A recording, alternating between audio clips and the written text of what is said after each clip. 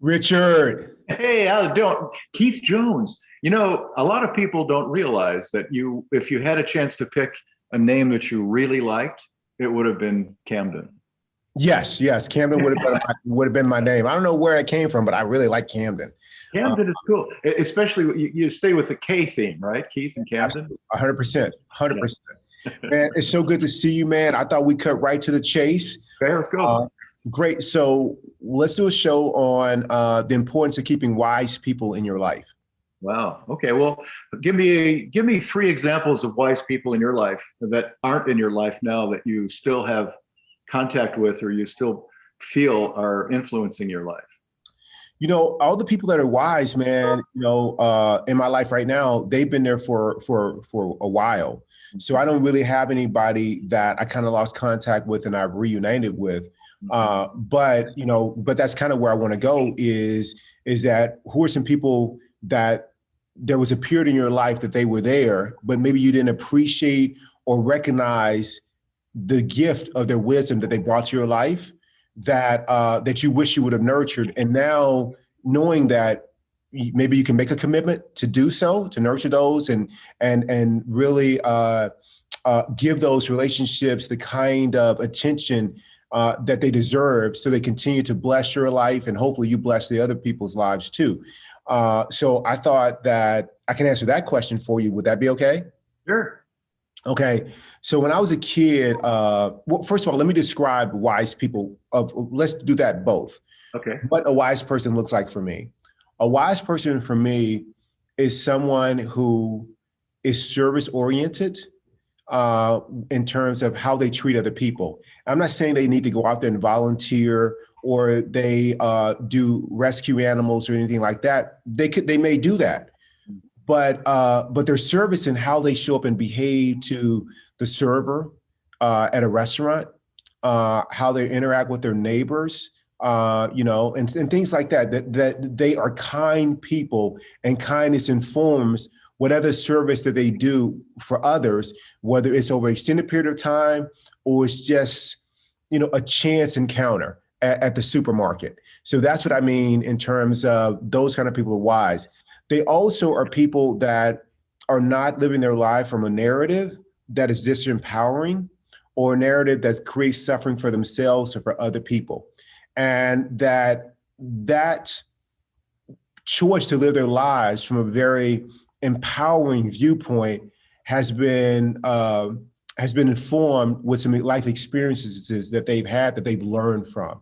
So that's how I define wise people. And the people that show up in my life, man, you, Brian, Pete, Matt, Tim. I mean, you guys are wise. My mom, these are people that in every conversation I have with them, there's vulnerability that they share about things that they've done or could do differently, but they also share in a way that doesn't make me feel less than for some poor choices that I've made. And they help me grow. My friend Ray is also on that list. So can you define for me how you define wise people? Well, I think I'd start by saying people that I would exclude. I start with the idea that everybody has something to teach me. Yes, I like it. No matter who it is. So I kind of look at every encounter as a possibility to meet someone wise. So I start with the idea that I'm here to learn something from everybody. I don't care who it is. I give an example. I was just I had my tooth work, dentistry work done, and the receptionist. She was reading a book, and I knew the author, and we were talking about the author, and she said a couple of things about the author and the book that I had never thought of, and she gave me some great insight, and we had a wonderful 5-minute chat. And that was a woman that I learned a lot from, who's a reception in a dental office, and I was open to that and wanted to hear it. So the idea is that I start with a very broad pool of people that I hope will be able to show me something about life that I don't know. That's number one. And then I think the next step, unfortunately, is a little more negative, which is I try to exclude people who I think are either delusional, that are not focused on on a reality that seems fact-based. And then secondly, people who are pretentious, who seem to have a glib answer for everything. And then I guess the last component of wisdom for me would be to try to find people who live their lives where you can tell they're being true to their own personal beliefs. You know, Gandhi said, you want to be the change that you want to see in the world. And I think that Gandhi-like people we're all aware of. You know, you just know when you're in the presence of somebody who's living their life on purpose, who's following their own star. Those people are really, really powerful to be around. And I love those people. They're characterized in my mind by having a view beyond what is the day-to-day living. It's more about a conceptual life that is powerful and service-oriented and strong and mission-based. And they're non-judgmental. Those two qualities seem to occur in people who are following their own purpose. So those are the things that I look for in wise people. Start with a base of everybody has something to teach you, with the idea that the people who are delusional or people who are pretentious probably aren't in that category. And then thirdly, looking for folks who have a sense of mission, who are non-judgmental, and who see a bigger picture, a bigger purpose in life than maybe what I'm saying. Those are the things that I look for in people. Man, Rick, wow. Thank you so much, man. I think it's important for me to keep wise people in my life. I think that when I've gone astray and caused myself suffering or other people is because I didn't have wise people close to me. And a lot of that was my own choice by not nurturing the relationship or feeling or being so identified with a narrative that it didn't occur to me to reach out to the wise people in my life. And I think you've noticed me over the last 7 years, I reach out to you all the time if there was something that I need some help with, or I just need to be around your energy. And I think that, you know, for me, it's important that I don't let life get in the way anymore. And I made a commitment to that over the last 5 years of not letting life get in the way of really when I have a gem of being in my life. You know, and this question came up with my mom when she was 22 and I was born. I asked her a question like, you know, because we talk all the time and our conversations are often, to me, pretty deep. You know, I walk away with them like, oh my God, I add that to my practice and stuff like that. That's great. You're a lucky guy. That's great. I am, man. And that's not lost on me, how fortunate I am. And so I was asking her a question and I said, hey, listen, you know, I don't know where the question came from. I was like, who in your life when you were, in your 20s or that played such a pivotal role in your life, not a family member, someone outside your family who played a role in your life that they just gave you some wisdom that really helped you stay on the path or correct your path? And she said, well, it was this lady. And she said, do you remember her? I said, I can't remember her vaguely because I was very, very young. And my mom had just had me. And a year later, she had my brother.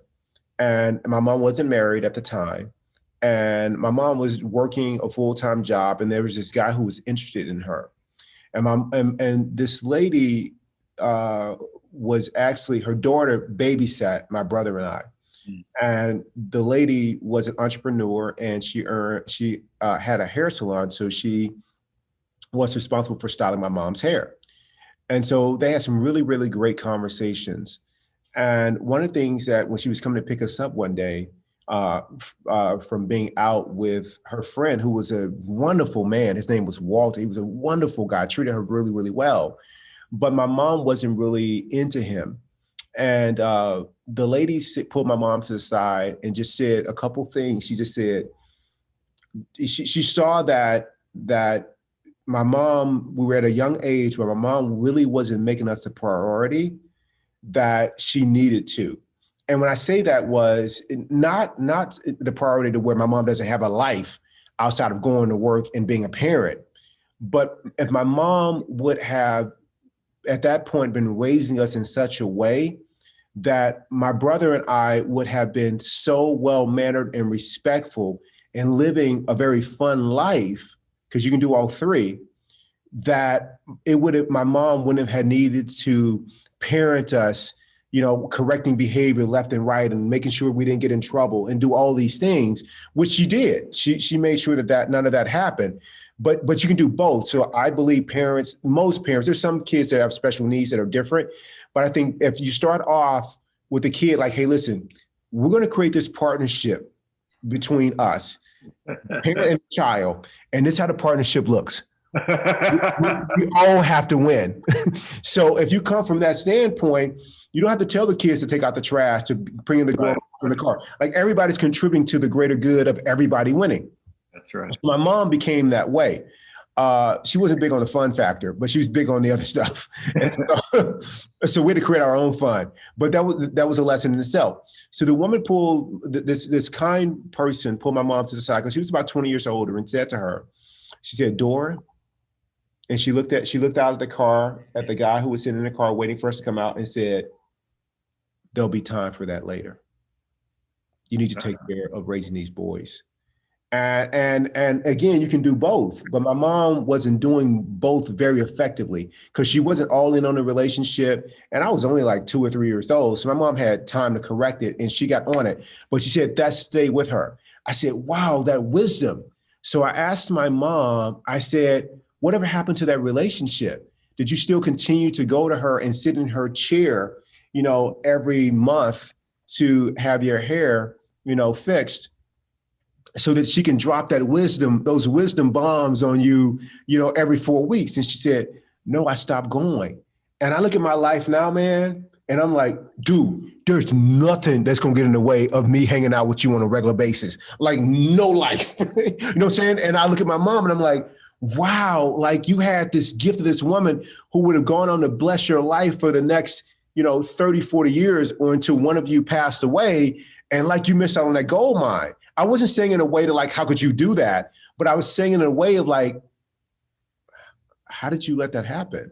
And it's just not knowing what you had. And I look at my own life and I'm like, man, how many wise people did I have in my life that were dropping like incredible spiritual knowledge and way of living your life that reduced tremendous suffering in my life?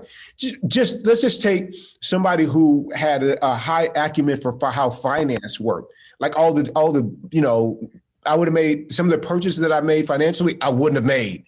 Like, no, Keith, I know you want this house on the this house on the golf course, but dude, it's only you.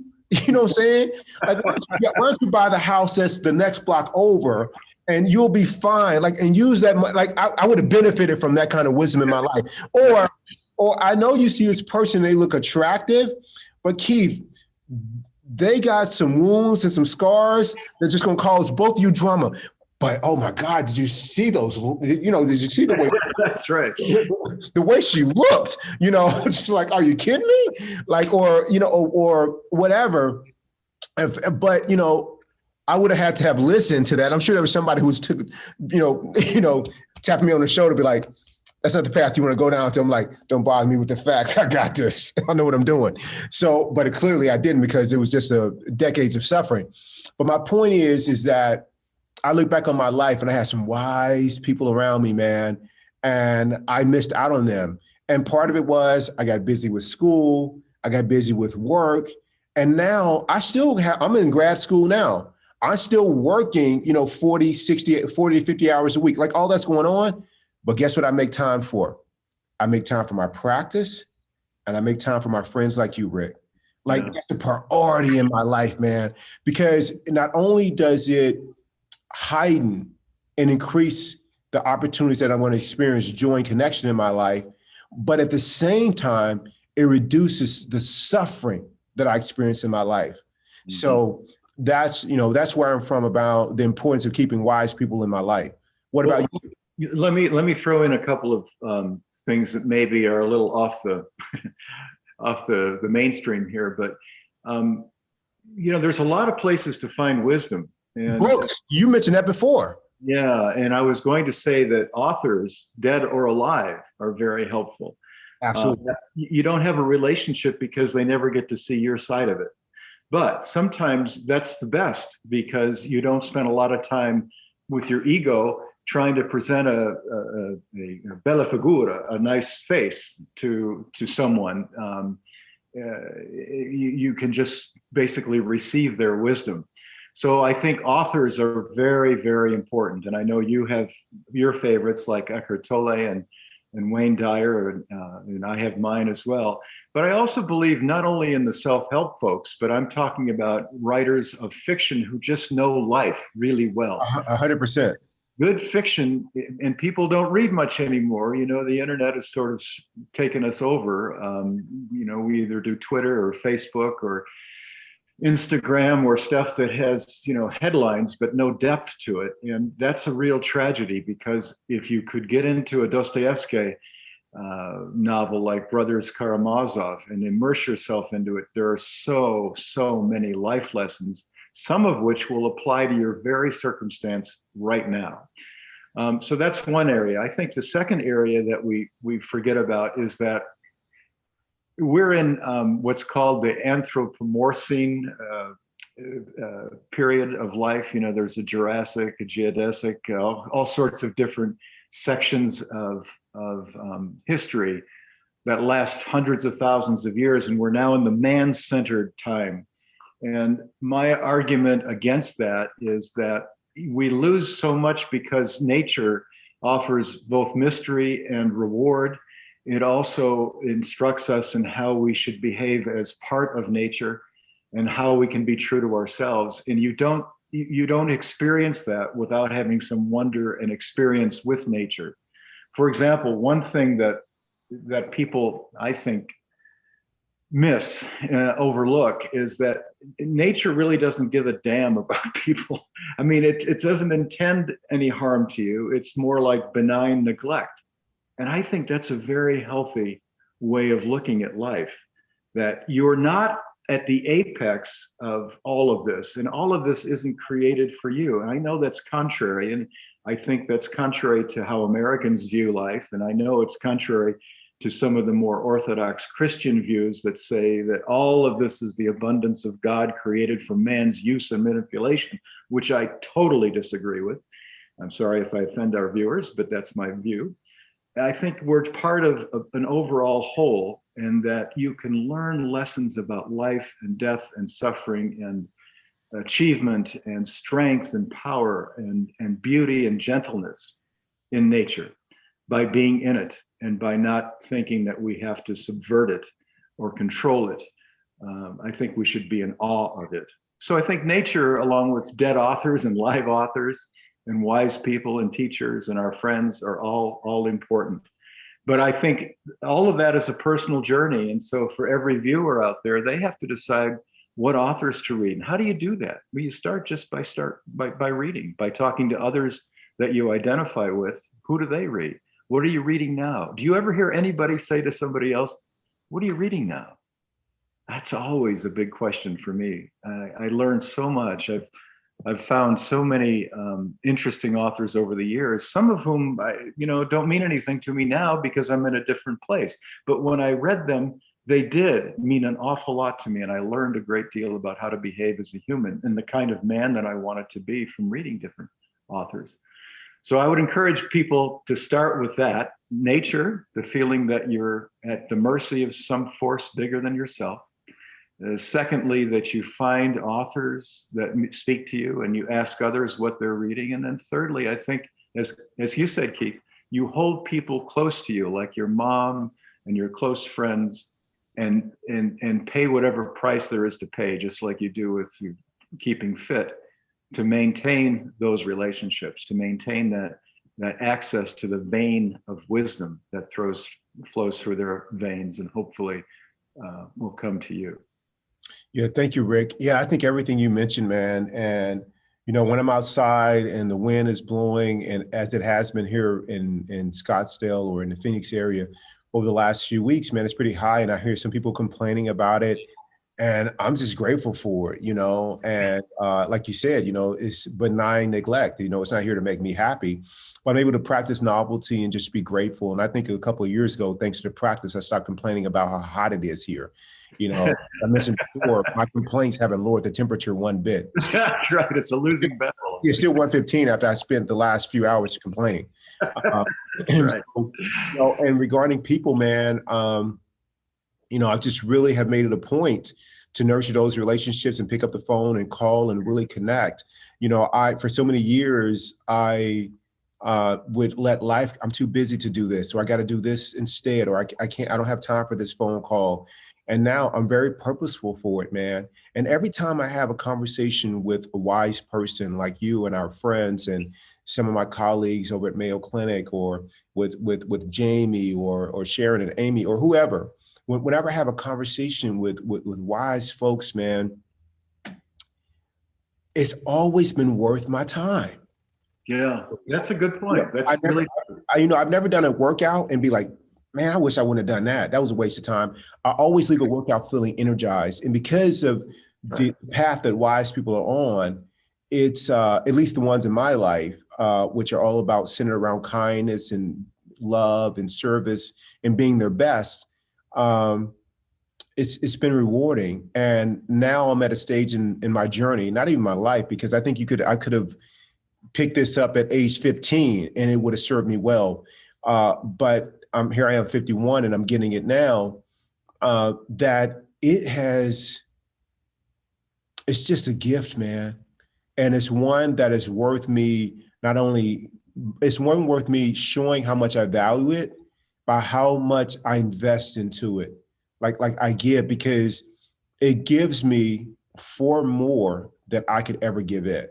And it's one of those things that is just exponential, and it's, and how it makes me feel and how it makes me grow, helps me grow. So Rick, man, thank you for another great show. I encourage everyone out there that those people in your life that are kind and calm and peaceful in their nature, they're gems.